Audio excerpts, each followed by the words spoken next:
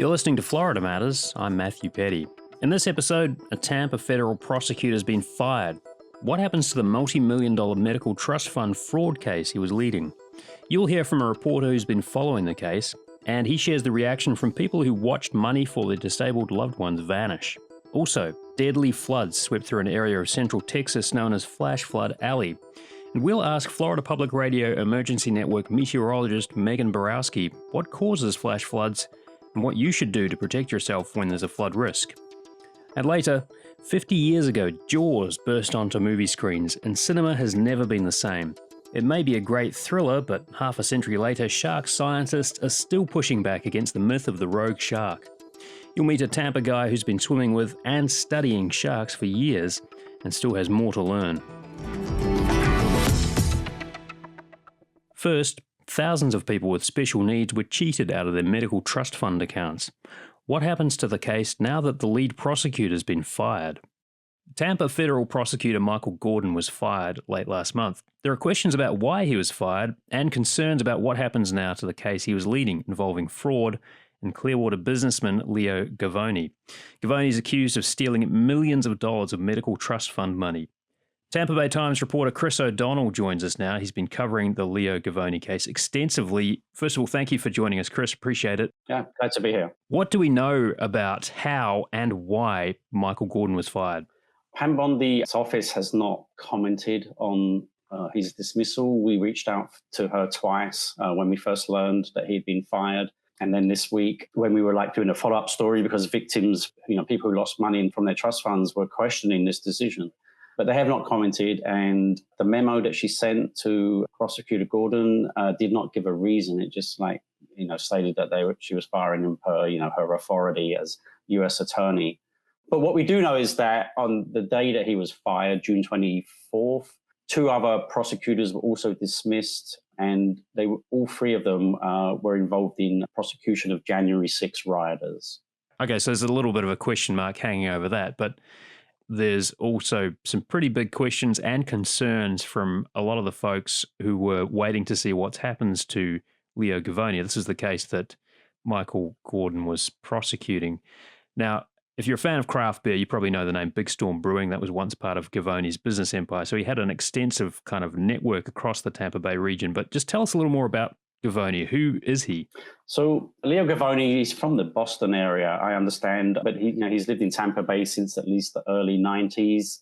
He was a financial advisor by trade, and in the year 2000, he started a nonprofit with another Pinellas County attorney, and they handled what are called special needs trusts. So these are trust funds that are set up so that people who win damages awards in court cases, they can put the money in a trust and still remain eligible for benefits like Medicaid. Mm-hmm. And Mr. Govoni's nonprofit was supposed to manage and administer these trust funds, which means they invest the money, try and grow it. And they also disbursements from the trust funds when the families need money for things like wheelchairs or it can be used for living expenses, etc. All right. So Govoni co-founded this nonprofit in 2000. It's called the Center for Special Needs Trust Administration. Now, in the indictment, the U.S. Department of Justice says Govoni and his co-defendant, John Wittek, used money from special needs clients as a, quote, personal piggy bank, and they add he, quote, defrauded federal healthcare programs with the sole purpose of financing a life of extravagance. So tell us a little more about what he's accused of spending this money on. And we should note too, it's about $100 million, so a lot of money. Yeah. So in 2009, he, per the indictment, he orchestrated a line of credit to one of his own for-profit companies, which is called Boston Finance Group. The line of credit started small, $2.5 million, but it got extended and it got extended and it got extended over a period of about 15 years. $100 million ended up being transferred to Govoni's company from the nonprofit, and it was taken without the permission of the trust fund holders from their trust funds. And what we know from reporting is that during that period, Govoni's lifestyle changed radically. He bought the house next door and merged it with his own property. He owned a private jet and had a pilot on salary. He had an executive suite at the Tampa Bay Bucks and at Churchill Downs. And he would entertain people, when the Kentucky Derby was on. And he gave almost $1 million in political donations to mostly Tampa Bay politicians. And you've been following the sort of unwinding of some of these businesses too. I mean, Big Storm Brewing, as I mentioned, that was one of the companies that he helped finance, and he ran that for a time with his son, I understand. Tell us a little more about what happened there with that brewing company. Yeah, Big Storm was an existing craft beer business, a pretty small operation. Govoni knew the founder of Big Storm. He had actually coached him in high school football. And Govoni basically bought into the company, and eventually his son ended up running it. So from a small, like, one taproom operation, they bought other breweries, one in Sarasota, one in Port Charlotte. They opened additional tap rooms. They had exclusive sponsorship deals with the Tampa Bay Lightning, the Freshers, and the Rowdies. It was a pace of expansion that other craft beer businesses kind of were looking at, in amazement, like, how can they do that? But we know from forensic accounting that's been done as part of the center's bankruptcy process, we know that $16 million went to Big Storm Brewing during that period from trust fund money. And to most people, that answers the question. I wonder if you could give us a sense of who the folks are who saw those trust funds accounts drained. One story stands out to me particularly. This is Rebecca Bowman, who lives in Cape Coral. Now, she set up a trust fund for her son, Keenan Freeman. He's developmentally delayed. Tell us a little bit more about her situation and, I guess, what unfolded when Govoni went to court. This has been a really difficult period for these victims, and they've waited such a long time to see progress in this case. It's an unusual case in that because of the bankruptcy documents, we kind of knew where the money had gone. But for the victims who are now struggling to care for their loved ones, they've had to wait almost 18 months for an indictment in the case. And I think that's why the dismissal of Gordon raised such concerns, because it felt like we finally saw progress and then now this has happened. But yeah, Rebecca is her son, Keenan. He had an adverse reaction to a vaccine, and she received a payout from the federal fund that gives money out to victims in that case. He needs constant care. He has to wear diapers. He's developmentally delayed, as you said. He's in a wheelchair. And the money that they got was part of that goes towards paying for equipment like wheelchairs, or if you need a special adapted vehicle to be able to travel and things like that. And so this is like the classic advice that you get from your attorney when you win this award, like put it in a trust fund, the money can grow and you can still receive benefits like Medicaid. And the center was one of the biggest trust fund administrators in the whole country. They had 2,000 trusts at the point of bankruptcy from about more than 40 states. So they were one of the big names, and people believed that they were safe and reputable. So Rebecca put Keenan's trust with the center. And then in February of 2024, she, like more than 1,500 other trust fund beneficiaries, got a letter saying your trust fund has been compromised. In her case, $850,000 is missing from the trust fund. It's a huge impact. This has turned people's lives upside down. I've spoken to so many victims who end up in tears just relating the shock. And for some of them, it's, how are we going to go forward? How are we going to survive and maintain care? People's lives have been totally upended. That someone could take the money from these victims is really hard to comprehend. A lot of these families are pretty worried about seeing justice and getting repaid, obviously. What has the Justice Department said, and what's next in the Leo Govoni case? The Justice Department is pretty tight-lipped. They don't tend to tell us too much. When they announced the indictment, they did say that the investigation is ongoing, that there could be other people indicted. So we're waiting to see if there are more indictments. But I mean, the loss of Mike Gordon, because he was the guy that was making the case in court to the judge that bail should be denied. So they're going to have to jiggle their lineup there. So there's two processes going on now. There's the criminal process, and that does include potential seizure of many properties that are tied to the crime. So I did a story looking at those properties, and it's Leo Govoni's home. It's the home of his son and his daughter, one of his attorneys, one of his closest business colleagues. The seizure of those properties would raise funds for the victims. At the same time as the criminal process, the Chapter 11 process is still continuing. So The court has seized control of 120 of Govoni's companies. They approved the sale of a property that Govoni owned up in Maine, 3,300 acres. That's going to raise some money. And it all goes into the bankruptcy estate. But it's difficult to know how optimistic the victims should be, because it seems very unlikely that, given the way that Govoni lived and the expense that his lifestyle must have entailed, that we're going to get anywhere near 100% restitution. I suspect that it will be much lower. We've been speaking with Christopher O'Donnell. He's a Tampa Bay Times reporter covering the Leo Govoni case. Thank you so much for your insights. Really appreciate it. No, glad to help. Thank you for having me on. You're listening to Florida Matters. Turning now to the floods that devastated central Texas. The floodwaters that swept through central Texas July 4th weekend were in an area known as Flash Flood Alley. Rolling hills, limestone rock formations, and winding rivers make the area prone to flash floods during rainstorms, an especially deadly combination when the flood happens at night, as it did last weekend. The stories of terrified campers trying to evacuate in the dark may be eerily familiar to people in Tampa Bay who experienced last year's hurricanes, but what about the flash flood risk here? To help explain what causes flash floods and what people in the greater Tampa Bay region should be paying attention to as hurricane season gets going, here's Megan Borowski, senior meteorologist with the Florida Public Radio Emergency Network. Well, Megan, officials in Texas said the Guadalupe River rose 26 feet in less than an hour. That's like the height of a two-story house, roughly. And central Texas obviously has a very different geography to Tampa Bay. So what are the factors that made this flood so catastrophic, and could you expect anything like that here? Sure. So really for Texas, unfortunately, it was a perfect storm scenario. You had the remnants of Tropical Storm Barry kind of just sitting over Texas. There wasn't much flow in the atmosphere, so that allowed the disturbance to sit over Texas.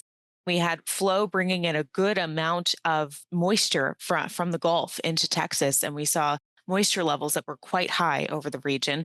And then you've got the topography of the hill country itself. There's the higher peaks of the hills, so to speak, the higher elevation that can also help to lift air in the atmosphere and produce additional rainfall. And also, when the rain fell, we have all the drainage from the higher areas to the lower areas. So lots of moisture. We had the disturbance from Barry. We had the over 20 inches of rain in some spots, all draining. And then also the ground in Texas is not good at absorbing rainfall, right? And so that just exacerbated the situation and allowed for that 26-foot rise in 45 minutes. For us here in Florida, the situation is different. We can still have flash flooding, of course. We actually saw it in 2023 as a great example down in Fort Lauderdale. They got about a foot of rain, I believe it was in 24 hours. It was remarkable. But when we're looking at a tropical system impacting the Tampa Bay region, we have to think about a couple things. Certainly, yes, heavy rainfall can lead to flooding. Are we going to see, a 26-foot rise in the local rivers? Probably not, because we don't have the elevation like we do in Texas. Our grounds is, more likely to absorb rainfall. We do get saturated during the summertime months, but we don't have the topography like we do in Texas. Something, though, to think about is storm surge flooding. Perhaps it's not that rapid, as rapid a rise as we saw in Texas, but certainly storm surge inundation can come in rapidly and unfortunately can produce the same effects or similar effects as what we saw in Texas. Now, whether it's a flash flood or a slow-moving flood, there are some things that people should know to keep themselves safe. So just what are some of those things people need to be aware of? First of all, know the flood zone that you live in, or if you live in a flood zone, you can check out Florida's CERT website, the State Emergency Response Team, or Know Your Zone. FEMA has a great website out that can show you if you're in a flood zone. So look at that. I know there's a lot of movement of people in and out of regions, but you definitely need to know if you live in a flood zone. So if you live near one of the rivers, Hillsborough River, the Alafaya River, all of those rivers nearby, do know that those rivers can rise quickly. We saw that last hurricane season, flooding in our region from rainfall that is trying to drain from upstream. No, it's not a 26-foot wall, but know if you live in a flood zone. And if the National Weather Service does issue a flash flood watch, be on alert. If there's a flash flood warning in effect for your area, heed that warning. And if an evacuation zone is issued for your region, I would really seriously consider getting out because you don't want to be in a situation where floodwaters are rising into your home and you're trapped.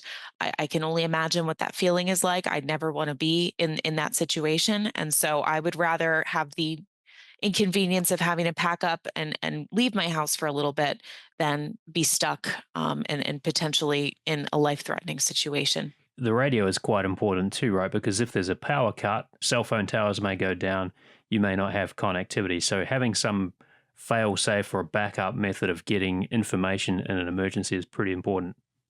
Absolutely. We always say have multiple ways to receive weather alerts. So, enable it on your phone and then also have that NOAA weather radio because it really could be the difference between life and death. Well, Megan Borowski is a senior meteorologist with the Florida Public Radio Emergency Network. Thank you so much for your insights. Thank you, Matthew. You're listening to Florida Matters. If you were scared to go back to the beach after the first time you saw Jaws, you're not alone. But there's a big difference between the monster that burst onto movie screens 50 years ago and real sharks. Eric Hovland, the Florida Aquarium's shark guy, explains next.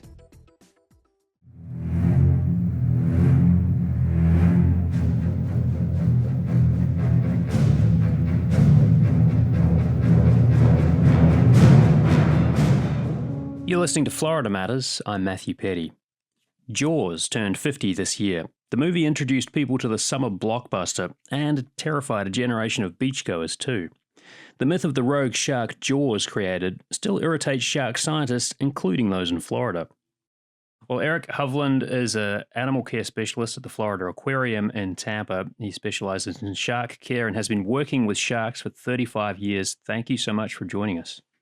It's a pleasure to be here. Anytime we're talking sharks, I'm happy to be at the table or under the table in the water, wherever it may be. So you've been working with sharks for quite some time. Sharks have had this grip on popular imagination for a long time. And I want to ask you first about one thing. Jaws hit movie theaters 50 years ago. What impact do you think popular culture has had on what people think of sharks, and how has that changed in the time that you've been working with sharks? I have to say, we've come a long way in the 50 years since I was a little kid, and I certainly got, scared out of the swimming pool at the deep end of the pool all those years ago when I saw the movie Jaws. I will say this about the movie: it's an exceptional thriller. It's a boogeyman movie. It's kind of the original horror trope of something's out there that you can't see. But the one thing that's completely fiction in that movie is the portrayal of white sharks and really any shark. Mm-hmm. So, what are some common misconceptions people have had about sharks? I'm sure Jaws kind of feeds into that in some ways. Yeah, I think good pun, by the way, in that sharks are out there looking for us. Now, sharks are out there and they can certainly see us. They can sense us way before we do them. And, that kind of helps explain that even in the best of times when we had exceptionally healthy populations of sharks on our coastlines, our deeper waters, everywhere people were already going, those calamities, those crossovers, those accidents are exceptionally rare, and they remain to this day. So one of the big misconceptions is sharks are on the hunt for humans, for people.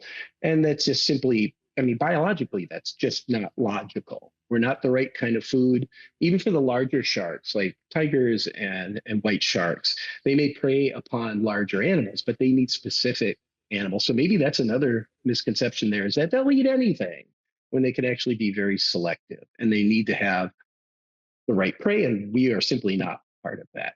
So even though they're not out to get us per se, they are phenomenal kind of eating machines, right? Everything's geared towards getting them that next meal. They are very effective and efficient predators, from the smallest sharks like epaulet sharks that you might see at our Florida aquarium, the ones that we know as walking sharks. They are just about protecting themselves and reproducing and finding a meal, but we're also learning a lot more about sharks. Some of these sharks spend time with other sharks. There may be social hierarchies there, a lot we have to understand. So to call them eating machines, I myself have been called an eating machine in front of a bunch of tacos, where, watch your fingers. But it's probably not as accurate to use that term in sharks, because with every meal comes risk for the animal that's doing the hunting too. So they have to be effective and efficient. And that's, I think, again, a better part of our understanding of sharks, is that they are focused on the task and they're very efficient in the sense that they don't require a lot of calories.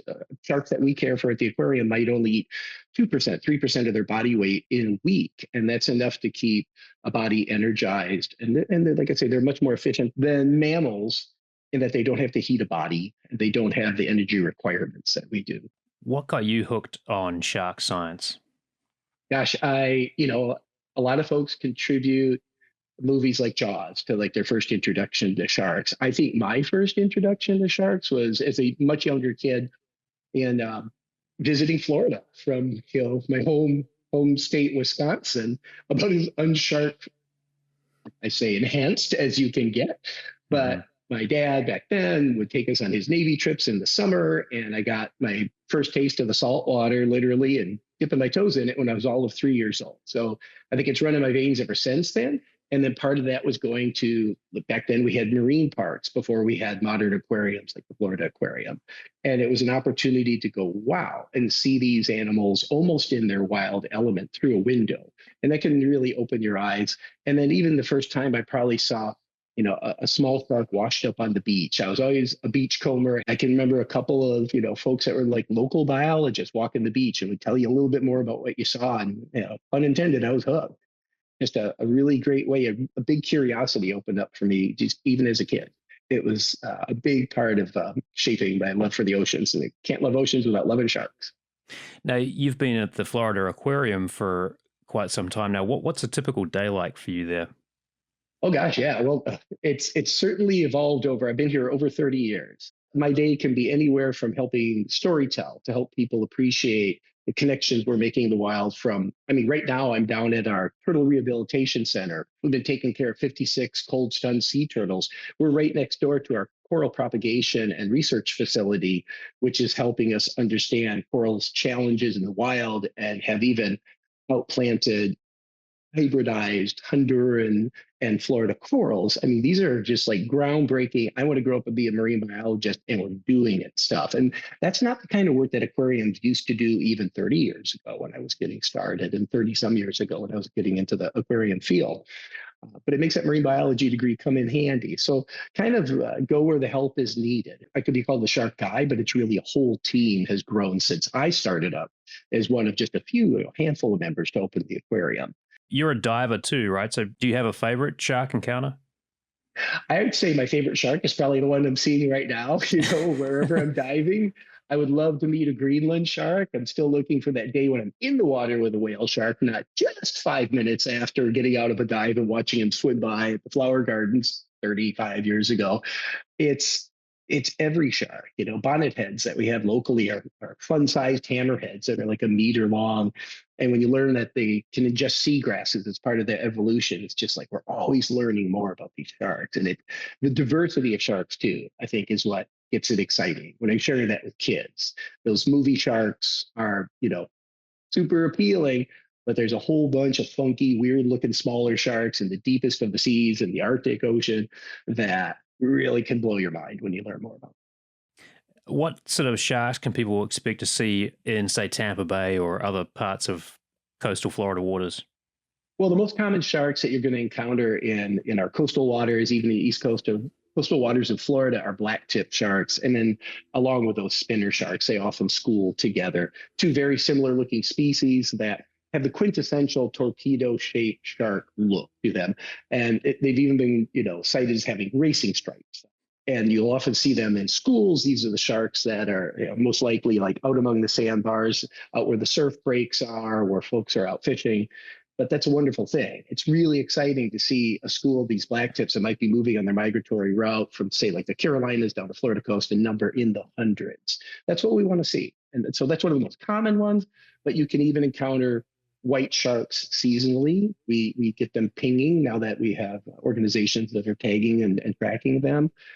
Great hammerheads, bonnethead sharks, a smaller hammerhead species. All of these are, and even whale sharks can be seen. I've even heard of basking sharks, one of my absolute favorites, a big filter feeder that has been, seen like in the upper Gulf of Mexico off of like that Destin coastline again. Florida is regularly in the headlines as the shark bite capital of the world. Now, you can probably give us some context about what that means. So what does that tell you about what's swimming around off our coast? Yeah, well, that is true. I can tell you what's swimming around off our coast is millions and millions of people. That's what it really comes down to. Trying to find another coastline in the United States, or honest to goodness, in the world, where people are in the water essentially every day of the year. Because we have this wonderful climate, and it's even in January, you can zip up a shorty's wetsuit and get out there and catch some surf. You might be out there wade surfing or wade fishing. Activities continue year round here. And you don't get that on colder coastlines. So with more and more people in the water, even as shark numbers have quite honestly been tracked by American Fisheries Services and shown to be on decline for a number of species. Some species globally are endangered to critically endangered. Some are protected, and others are bouncing back slowly. But those numbers may go down, but the number of people getting into the water goes up, up, up. Not to be bored with statistics, but it's a very low likelihood of having any kind of accident with a shark, an incident, and it's certainly impactful when it happens. And we wouldn't want it to happen to anyone. What's your advice for folks? What should they be aware of if they're hitting a beach, and what should you do if you encounter a shark while you're swimming or wading in the water or otherwise doing some kind of aquatic activity? Right. Well, and it's a recognition that when we go out into the waters of our coastal waters, we are entering the wild. And like any wild adventure, whether you're going on a safari or you're just going out on a trail through the woods, when you're going into nature, you're sharing that environment with all of the residents. There's simple things you can do to help avoid those accidents. When they do typically happen, it's more likely if you're solitary, if you're out a little further by yourself, if it's the hours when sharks are looking for food, dusk and dawn, go with friends and avoid those hours that are a little more active, like twilight, dusk and dawn. And don't be out there by yourself. It's more fun with friends anyway. I mean, honestly, put on some sunblock and pay attention to the water conditions and currents and all that. Those bring their own risk too.